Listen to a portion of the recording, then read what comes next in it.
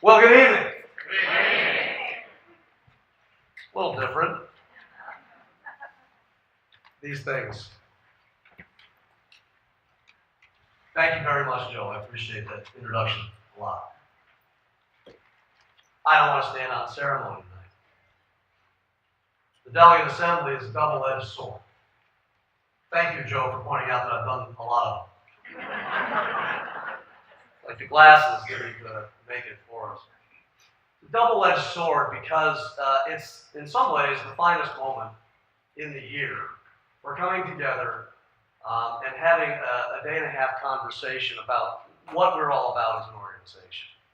And I remember my first one sitting in pretty much the back row and wondering, what is this?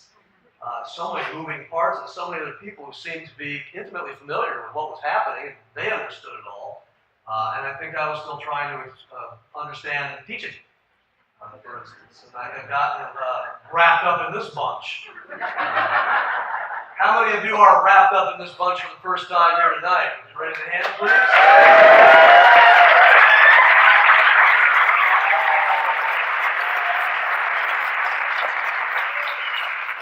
I don't want to stand on ceremony because ceremony dulls certain things. As important as it is, here's the problem. You write a speech, and it's all that speech. This is the only speech of the year I write out completely. I will just full disclosure. I get a lot of speeches. And this is the one that in past years I agonized over every word because I just wanted the thing to be perfect. You bring people of your caliber in, and you speak about public education. In an organization like this, you don't want to bring your A game. You want to bring the next level higher than that. So I obsessed every word. And what I had to say in those years, I promise you, I meant every word of it. I agonized over every word of it, and I thought about it. But once I wrote it, that's what I was going to say. We're a different organization right now, aren't we? It just feels different to be in the AEA now. And if it feels different, by the way, it also feels very different to live in Arizona right now and work and care much about kids in Arizona right now. Then I don't want to stand on ceremony, at least not for a few minutes. We have to break through barriers. An organization as big as the AEA, with a mission as big as the AEA, always is on the potential of disconnect. When you extend your arms across the sixth largest state in area, in the country, you will lose your grip on certain people. There are members that live a scant 30 miles outside of Phoenix that feel disconnected from the AEA. And we have members who drove 7 hours to get here. We cover a lot of ground. We represent certificated, and we dare to be the organization that says, if you don't know the contribution that education support professionals make in the lives of students and in the roles of education, then you just don't understand public education very well.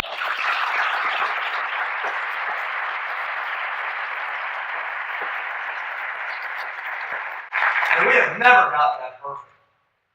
We're a human organization. We don't do perfect. We just don't. Our currency and our value is too authentic to be perfect. There are other barriers that we should wrestle with now and then out loud in public. This is a pretty good time to do it. If we're going to question where we are in the scheme of things and where our organization is headed, then let's put it all out there. It turns out, for instance, that there are actually people in the state of Arizona who resent Phoenix. Where was I? Yeah, there's that dynamic of Phoenix, the center of the universe. And by the way, every paycheck I ever collected as a teacher came from Pima County. But you know what? Phoenix is here, and doggone it, more people live here than anywhere else in the state. They put the capital here, what are you going to do? We should probably try to get along and get past some of the tiff. I play both sides. My brother loves Arizona State University. Someday, he will find himself. You go for the cheap laugh. You got this University of Arizona ASU thing going, and all the NAU people feel truly superior about it. Argue about which one's not as hot all the time, and we'll be up here in Flagstaff. Lots of barriers, and the problem is this presents a barrier too. I'm actually kind of glad the stage is a little bit lower, because if we're going to talk, let's really talk. But here's the separation that bothers me the most. I haven't taught for 9 years. I'm listening. And I can feel it slipping away. Now, some of you are very kind. Some of you aren't. Get into an argument with some of you. It takes about 5 seconds for you to go, well, you haven't taught in a while. Things have changed a little bit. I know. We're in the same arena. I just got a different seat. Believe me. I'm pretty close to the stage. But you're right. I haven't taught. And I'm not even sure I could walk back in and do it now. And it kills me. After 17 years of having that role mean more to me than anything but my family, I hate the fact that I can feel it going. So I don't describe myself as a teacher now. I don't. I say I used to teach. I say I taught for 17 years. I joke and say in another lifetime I was a teacher. I don't say I teach because I have too much respect for those of you who do. If I'm not doing it right now, it was different when it was 2 or 3 years. Then I think I probably could have walked right back in. I don't think so now. It would take a while. A while. I could do it, but it would take a while. You'll find a while later on. But what I figure is this. Have you ever noticed how many people out there are perfectly willing to talk to you about how much they understand about teaching and education? I wish they'd say that about the education support professions. I know what it's like to drive a bus. Oh, I don't think you do. I'd be very surprised if that were true. And if you did, the police were probably chasing you. You weren't supposed to be driving that bus.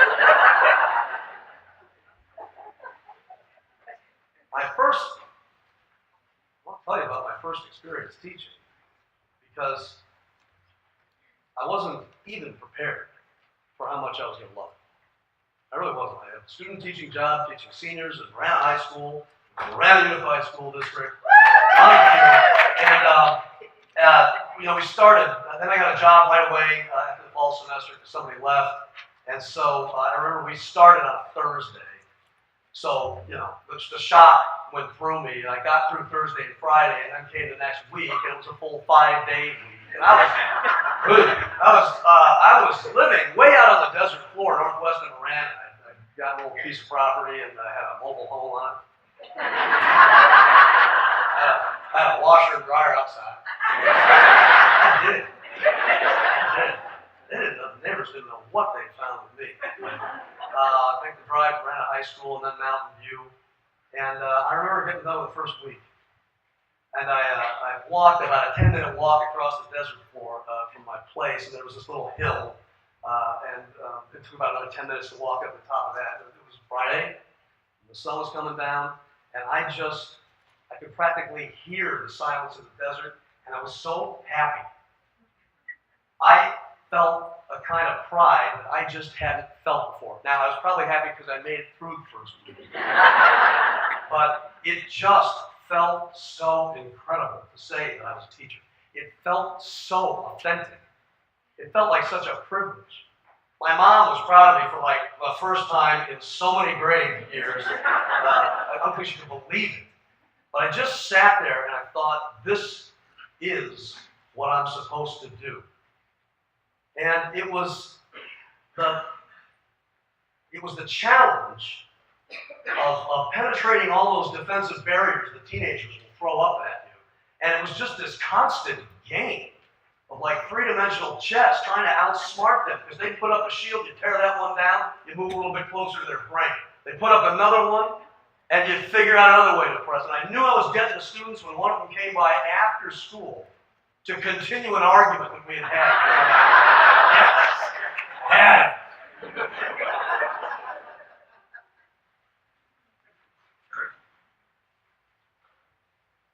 I think it's because of that sense of privilege. I remember feeling very fortunate. And I wish there were more of that feeling of teaching now. I think that's what bothers me so much. Because I have a very different role now. I speak for you in many cases. When you're not around, hold a conversation, you belong in an organization that will be there. And, this is a position of privilege, believe me, it really is, to be able to hold those conversations. I talk a lot about you. You should know that. Full disclosure, talk about the importance of the work you do, what it takes to be successful, what it all means, but it's not teaching. It lacks the purity of the intent. There are so many people, and maybe you've noticed this, it drives me crazy. If they taught, and with all due respect, if they taught like a Sunday school class, or if they taught in a corporate structure of professional development, they'll go, well, I've done some teaching, so I know what it's like. No, I don't buy that. And the other thing that scares me more, and this is a recent phenomenon, I don't quite understand it. There are a lot of people out there in positions of influence who are quick to tell us all, it happens to me, I'm sure it's happened to you, put the arm around you and go, my mom was a teacher. My dad was a teacher. Somebody talked to my brother, all of the entire neighborhood in which I grew up were teachers. My dog is a teacher.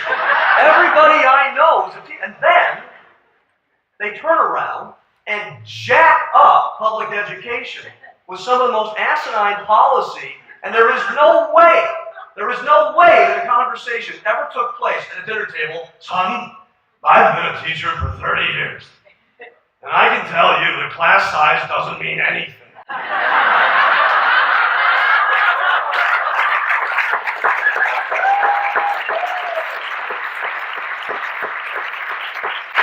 Now you're a legislator now. You go cut $500 million for public education and make your old man proud. I don't think that's ever happened.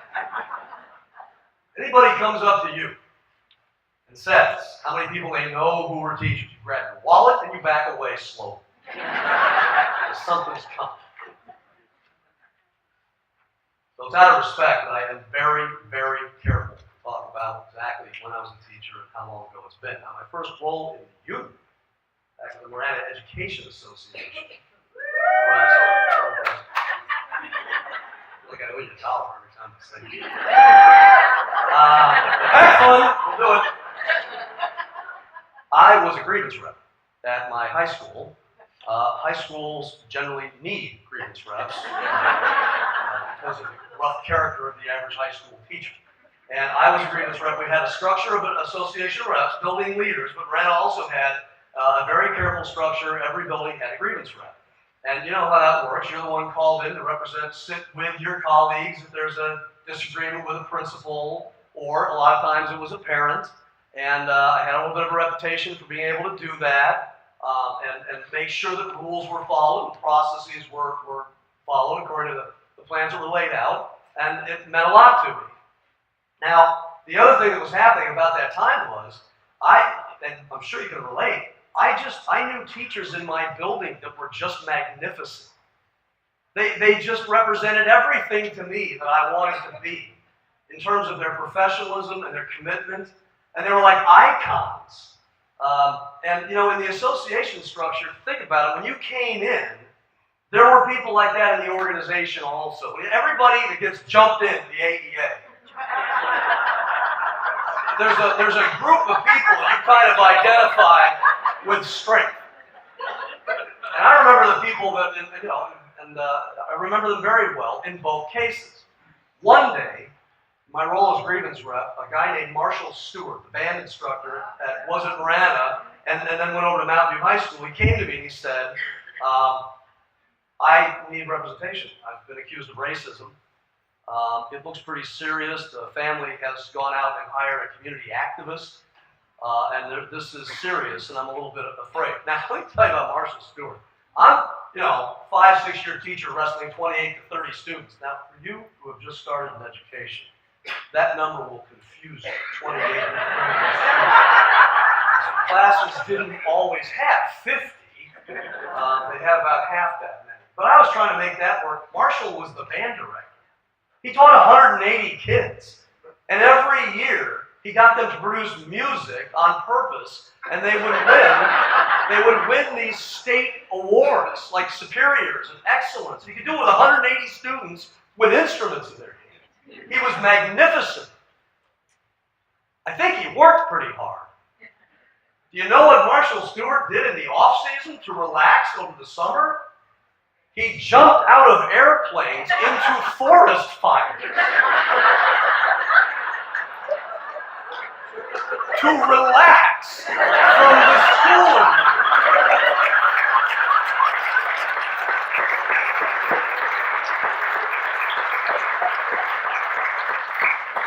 What the hell kind of job is this? When you say, it's been a hard year. You know what let's do?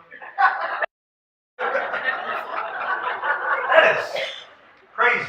So I went in and I represented Marshall. I heard some pretty terrible things about a man. And this was, every building has one. When Marshall Stewart spoke at a faculty meeting, there was no point in saying anything afterwards. Because this guy was the pulse, the conscience, the heart, the brains of education. And he was magnificent. I just couldn't believe how little respect was being shown for him in that moment. I couldn't make it work in my head. I know this man. I know what he's doing every year. You don't know him, but you're willing to say these things about him. That can't be right. It was 1995. A year later, Marana was at odds in a big way with the district. Years of freezes had boiled over, contradiction in terms. We were a stalemate again. The contract was going to be imposed. We couldn't decide the shape of the table that we weren't going to meet at because the situation had broken down so much. I know we had some locals going through that at times. And it was tough. But the common denominator was respect. It came down to the exact same issue. I was vice president of the local at that point. And it was almost the same conversation. How can we be making it so difficult on people that offer so much, such a promise to students? It shouldn't be this hard. It can't be right. And then in 2010 and 2011, we know what the state of Arizona did. After successive years of deep budget cuts and our rally down at the Capitol, they took aim and they fired. And they hit home. They hurt us. Now, I'm not saying the injury is permanent, but it's serious. In a combination of budget cuts, deep budget cuts, for 5 consecutive years, and over $1.5 billion taken out of K-12 education in Arizona. They added to that a direct attack on our organizing ability. They cauterized our release time rights.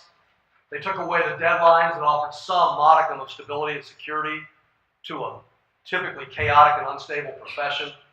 They did it all in the name of that God-blessed word reform, which means absolutely nothing these days. They've destroyed that word and added it to a lexicon of other destroyed words.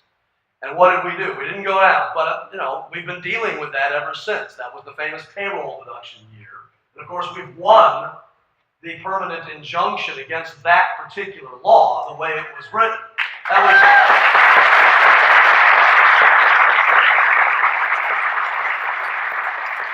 That was one of many victories, by the way. We're about 6-1 for kicking the state legislature's backside.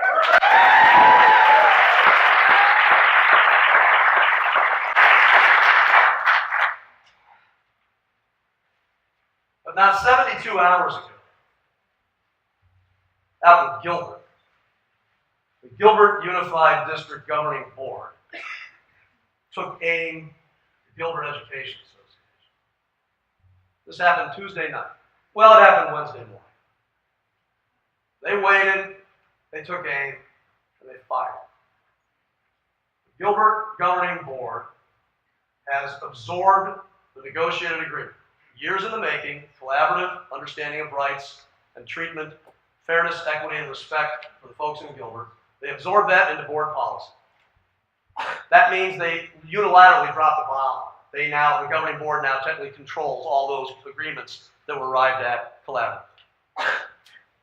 They have removed the Gilbert Education Association name from the recognized bargaining unit. And they have vilified the very idea of a collective voice. They did some other things too. But in removing, they've absorbed the budget, absorbed the bargaining process, for instance, and put that in a subcommittee that reports to the board, which waters down the whole idea of collaboration. I would like the delegates of the Gilbert Education Association to stand.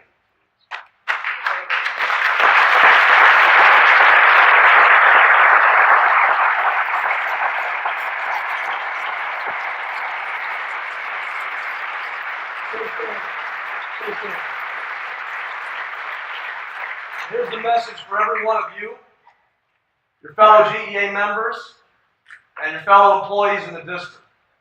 You are not alone. You will not be left alone. We will stand with you. We will organize with you. We will work with you. And we will back you up. Now, I had a conversation with Diane Brzezinski, your president, this week. We both agreed. I said, let's get through delegate assembly. She said, I just got to decompress over all this stuff for a minute. But the planning begins soon, and we'll work together. And I'd ask that you all stand up and show these folks the support that they can expect from the city.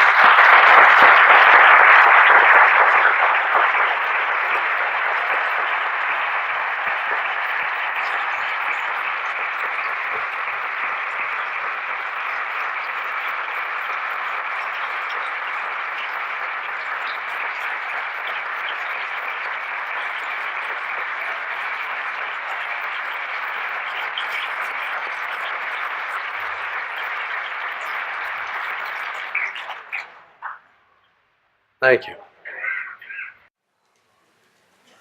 Now that's a bold gesture, and I think everybody means it. I really do. But we better figure out if we're going to be willing to deliver on it. The AEA has always operated under two great forces. I would say about equally strong, although they play out very differently. First is the weight and the worth of our mission.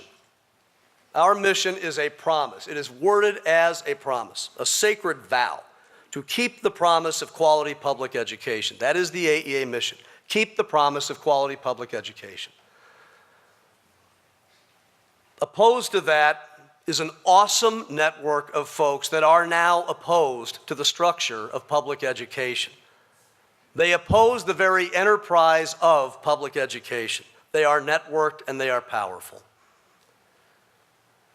We've always existed between those two forces. But now there's a third one. And we find ourselves somewhere in the juxtaposition or the junction of these three. And the third one worries me the most. I said I wouldn't stand on ceremony, but we got a lot of program tonight. The third variable is our disposition toward our own mission, our will to deliver on our mission. That is a variable, and it pains me to say it. It is not a constant. Yes, we're 120 years old, but this is the newest variable. Not whether or not we have the right mission, but will we act on it? Our promise, Arizona's future, is a bold and audacious statement that we deliver a promise that builds Arizona's future. That the National Education Association structure makes an analogous promise to the United States that it can deliver on our country's future. I don't think there's any doubt about the sanctity of the mission. Public education is the most patriotic endeavor by a civilian, non-military enterprise in this country. It is the cornerstone of the democracy.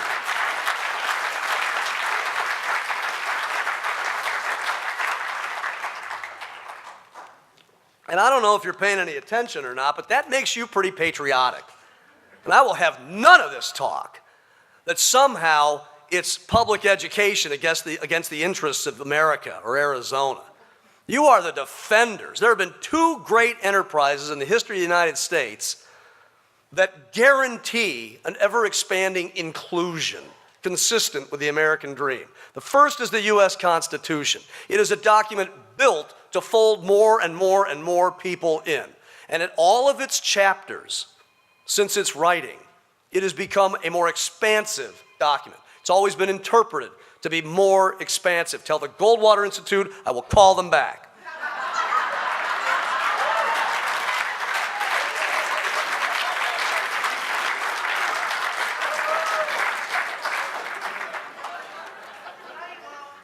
I really won't. I really won't. The second is public education, because it is built on the same basic value of inclusivity. The doors are thrown open, and we do not screen those who enter. We don't want to see their papers unless we assigned them the night before.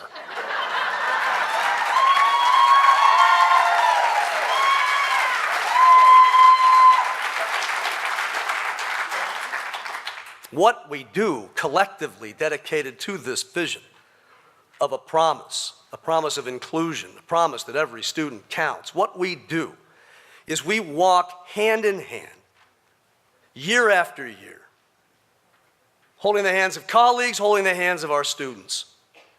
We trod each year, we trod every campus, we trod all over the state, all over the country, with 3.2 million of us, and we pound the ground into the fertile and level playing field of the American dream. That's what public education is about.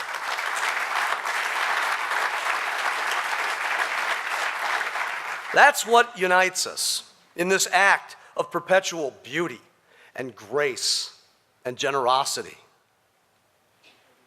That's what we have in common. This professional outrage that you're feeling, and I think you know who you are, this professional outrage that you're feeling, this sense of, damn it, it ought to be better than this. We ought to be able to figure out how to do more for students and more for the schools that educate them. It's got to be better than this. You're not wrong. You're right. Sometimes I think we apologize for these strong feelings and assume it's a deficiency in us. No, it isn't. Arizona's got it wrong right now. It's out of balance right now. You're angry because you're paying attention. You hurt because it matters so much. And you're afraid because the people you care about can be hurt too. And they have been. That's the first force. Our mission, a promise. Second is the opposition, and they are powerful, structured, wealthy, well-backed, networked, cocky, brash, and just a little bit afraid right now. Because the election didn't go the way it was supposed to. 2012 election just ticked things back a little bit. Not a lot, but there's a signal. The last census is troubling to them. The redistricting is troubling to them. It has opened up possibilities in the legislative process, and I think there are signs of better things to come. But they are still formidable, and they have been destructive for 5 terrible years. Wreaked havoc. They had roid rage in 2010 after that election, and they hurt. I'll let you in on a little secret. They don't hate you. They really don't. They don't care enough about you to hate you. You're in the way. That's what it is. We're in the way. We who deliver the promise are in the way. You know, it's a sad state of things when the retired group is smiling, but it's not because of the free time. It's out of a sense of relief that they're not in classrooms anymore and have to deal with this. And they will tell you that. It's a different kind of smile. It's sort of a, whew. That's wrong. I don't blame you. Because tomorrow there'll be more of you. And I'm afraid. But it probably is harder to be in public education emotionally and spiritually than it has ever been before. I'll bet I could stand on that. These folks built the negotiated agreements that did not exist prior to them. They built things that did not exist before. But I think emotionally there is a great difference now. State rhetoric has made villains of us all in this blinding kind of rage. And it hides behind words like accountability and transparency. We got to be accountable. We have to have accountable transparency, and we have to have transparent accountability. And we got to close schools that don't work after we haven't funded them very well. No matter if the next school is 50 miles away, that doesn't really matter. Sooner or later, somebody will throw up a charter school, except not really, because there's not a profit margin there to justify it. And you can't throw money at the problem, right? Bullshit. How would we know? We've never tried.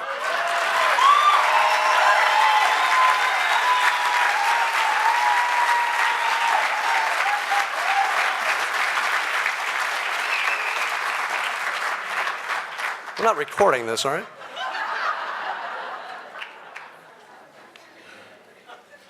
In 3 of the last 4 legislative sessions, there have been bills passed on the subject of teacher evaluation that were anything but constructive. They were not built on the pretense of being supportive or part of any kind of systemic approach to improving teacher quality. What they did was pull more and more decisions away from your districts and centralize them in the state legislature. They were made away from any kind of understanding of teaching, any appreciation for what teaching really is or its true impact on students. They were made away from the interests of students. They were passed independent of research, experience, or decency for just the way you treat professionals. But the sad truth is, folks, we don't have enough friends in the legislature yet. And I'll bet a third of you out there are squeamish of the idea of us organizing in political campaigns. You're not alone. This is a schizophrenia that AEA has dealt with for decades. We want the outcome of a positive, pro-public education legislature, but do we have to be political about that? Well, yeah, we kind of do. For years, we have tried to advance the idea that the education support professionals in education should have access to the same due process rights that state employees have in Arizona. That made sense, right? All we were asking for was the same kind of due process, the same regard. You know, for all those legislators that stood on a stack of Bibles and soapboxes after Sandy Hook or any other tragedy and swore up and down that their number one priority was student safety, not one of them, not one, mentioned the role of education support professionals in a safe and stable learning environment. They do not understand. So you know what Governor Brewer did? She just took away the due process rights for state employees. Checkmate. Well, I guess we don't want what they have anymore. We'll have to think of a new tactic. It is a different kind of Arizona. And the funding cuts, as you know, have frozen salaries, stifled facility and resource development, and removed a great deal of security that you had. This opposition is still in power after $1.5 billion in cuts and with a 2-part mission. Let me tell you very clearly what that mission is. The first thing is slash public funds completely and launder the money back to the wealthiest CEOs that almost always transport it out of state. There hasn't been a tax cut, and this isn't me, this was economists from ASU and other reputable institutions. It has to be said, it has to be said. It's a fine school, we'll get over it. But economists will tell you not one tax cut in Arizona made in the last 22 years has paid for itself with job growth, because that wasn't the intent. It's a money laundering scheme. Cut the public funding, get the money back in the hands of a few. What they do with it will largely not occur in Arizona.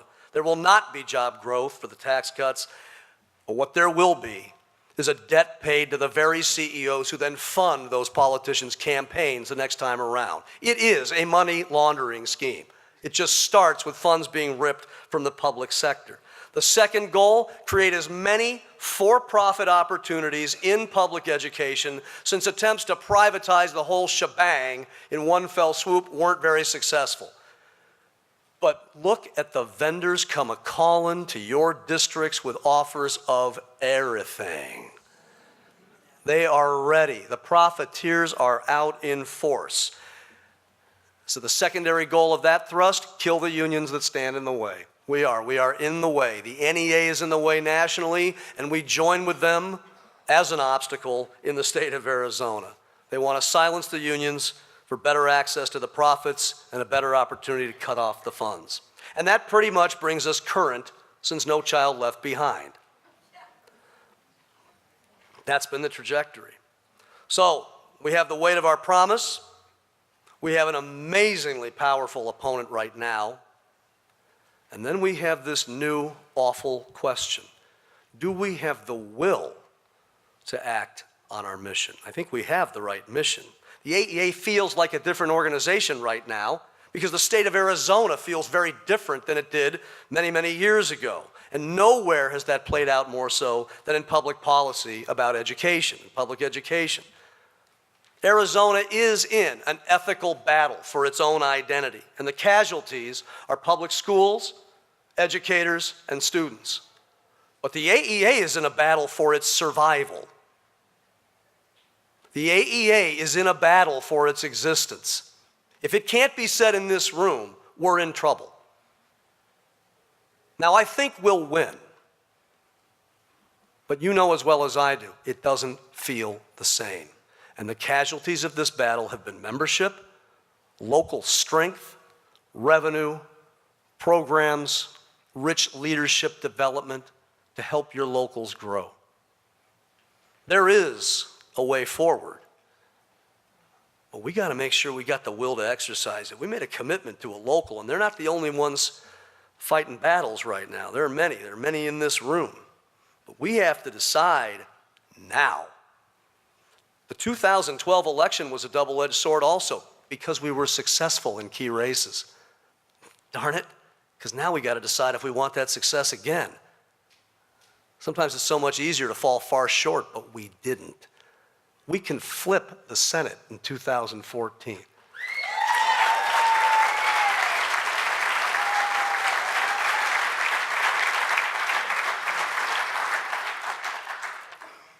We can. We got to decide if we want to. It may involve politics.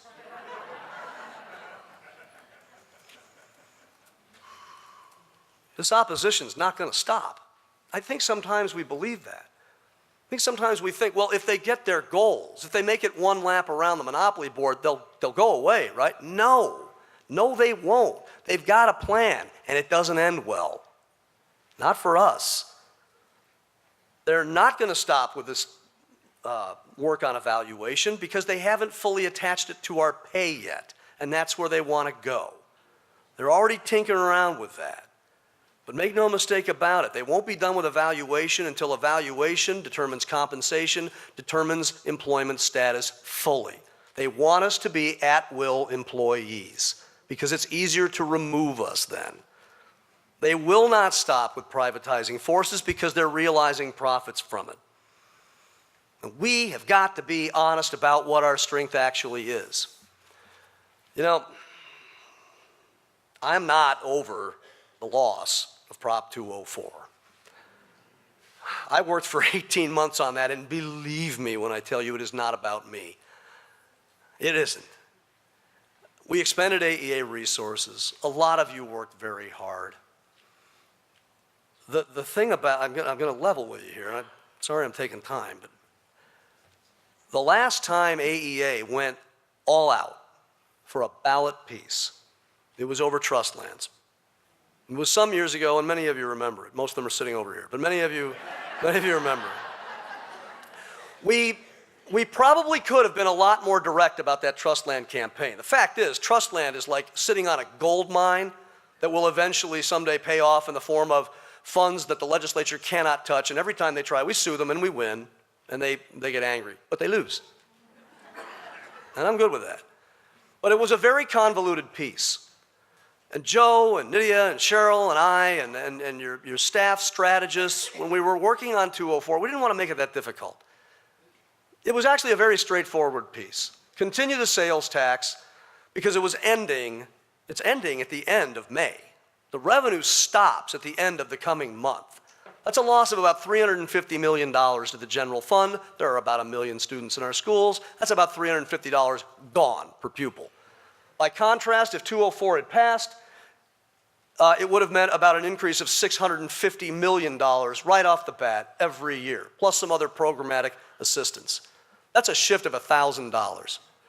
It pains me to say this, folks. It does.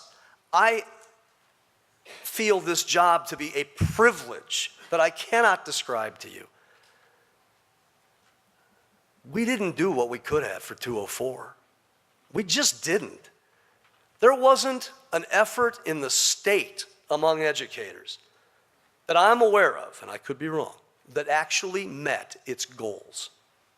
That is to say, when folks reported what they were going to have at an event, who they were going to drive out to get to it, when meeting rooms were set up for 200, 35 people came, 45 people came. This doesn't indict anybody. We are way beyond that now. But 204 was pretty straightforward. And all I'm asking is for us to think about that. We hear adages like, we'll do whatever it takes. But there can't be a counterpoint of, I don't even know how to put it. We can't make it easy enough. So we have to go back and examine this. And I think it points, again, to the fact that this feels like a different AEA. We have got to decide what's going to be the governing rule, building momentum or slow inertia. Because one of them is going to win. We cannot stay where we are right now. We have got to be stronger. In 2010, the AEA launched a cultural shift to organizing. If you've had any contact with staff, you've heard about organizing as a set of principles designed to build campaigns at the local level, no more of having the AEA set a statewide agenda and expecting every local to jump in lockstep. If you had a campaign, we would work with you to build that campaign across your local. Didn't even have to be political. Now, a lot of issues don't feel political at the local level, but they are by the time you get to the state. Teacher evaluation feels like a matter of practice at the local level. It's a political issue by the time you get to the state. People are making it that way. If you wanted to organize around your calendar, we would do it. And if your local agenda needed to push aside an AEA priority, we would try to balance those as well as we possibly could.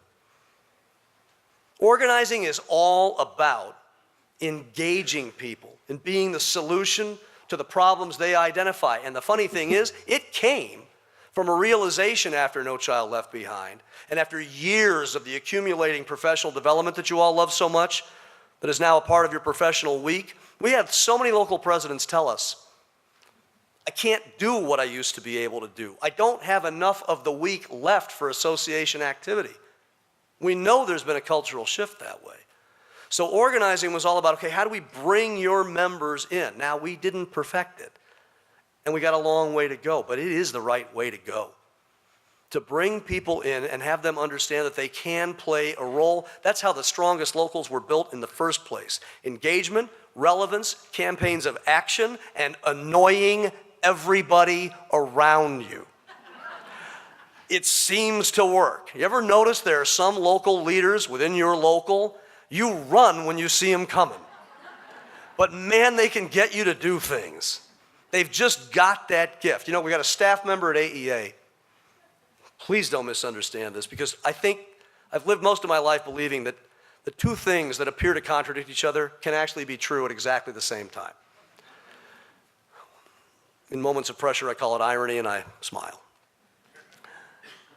Educators today are busier than they have ever been before. I believe that. And we're still not asking enough of AEA members. How can those both be true? I don't know. I just know they are. Welcome to human nature. We're full of contradictions, but I think that's really what it is, and we're going to have to iron that out. So look forward to Nydia and Joe and much of your staff, and certainly look forward to me coming around to annoy you.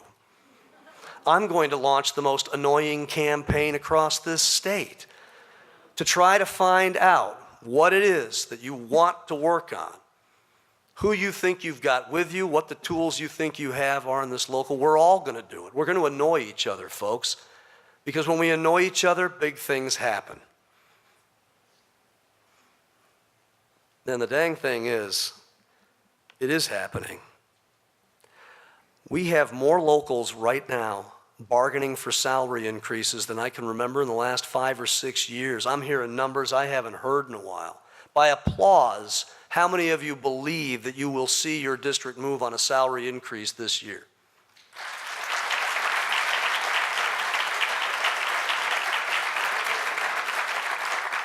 That's not everybody, but it's a heck of a lot more than it has been in previous years.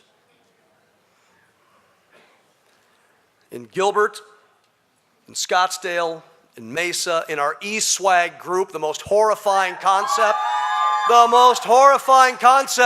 when students become colleagues. Ah!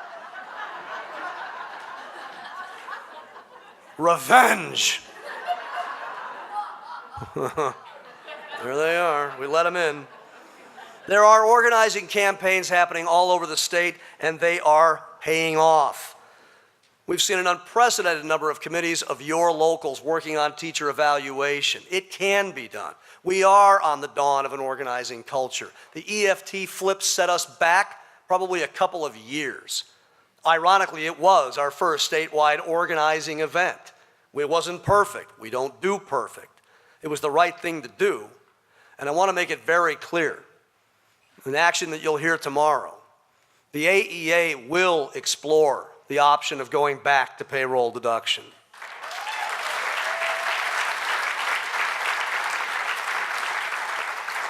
So as I end, huge sigh of relief, as I end, let me tell you about payroll deduction. Don't be fooled. It's the biggest distractor we have before us, because I know what's happening out there. There are folks that are going, God love them, God bless them, they're saying, if we only had payroll deduction back, everything would be okay. It won't happen that way. In the first place, there are so many political considerations to be taken into account. We got an injunction on one form of the law. If they change that law, they can get around the injunction. Now, there's some doubt as to whether or not they could, but there are a lot of considerations to take into account. But we're going to do some serious study. But here's the real problem. We cannot go to our non-members. We can't go to our potential members and say, good news. We've found a new way for you to pay money to the organization you don't intend to join.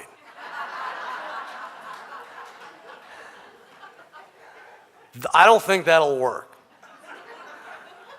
I think we might have to have a reason for them to belong. And then if payroll deduction is an option that we can do and sustain, so we're not going back and forth every other year, because we can't do that, then we will figure out how to make it work. But please, we got to focus more on the compelling message as to why people would want to belong in the first place. Active locals attract members. They love Joe because he's handsome.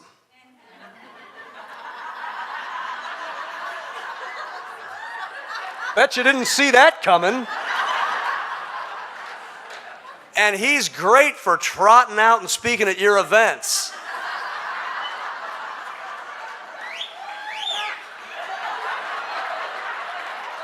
I used to be young and handsome, and now I'm all but two of those things. I had my day, and it's done. But you know what? They're not going to join because of Joe and me, or even Nydia, the brains of the outfit, by the way. They're not going to do that. They're going to join because they see their colleagues working on things that they care about, that matter, and inviting them in. I ask you now, as I close, who signed you up to the AEA? I don't think it was a staff member. I'd be willing to bet for almost every single one of you it was a colleague out of your local that talked to you about the importance of belonging. Why would we think that anything has changed? We've got to at least accept that mantle because we have a promise to keep, folks. Our promise, Arizona's future. NEA's promise, the future of the United States of America. They go hand in hand, and we're going to decide one way or the other. There won't be a day on a calendar where we said that's when we gave up and went home. We'll just decide a little bit at a time which way it's going to be. We're either going to keep this promise or we're going to put our heads down. I'd rather work, push, annoy, cajole, struggle to be strong again. To stand up firm on the ground because of everything we stand for. We will keep our promise. I really do believe that. I think we can keep this promise. But we're going to do it with organizing campaigns at the local level, backed by the state as a partner, with a fully willing investing NEA, because the NEA has proven time and time again it is all in when it comes to Arizona's success. And we can talk more about that if you need to. But the only promise we keep by keeping our heads down is surrender. That doesn't keep our mission, that doesn't deliver the future, and it's sure not good enough for our students. So let's get to the work ahead of us. Thank you very much.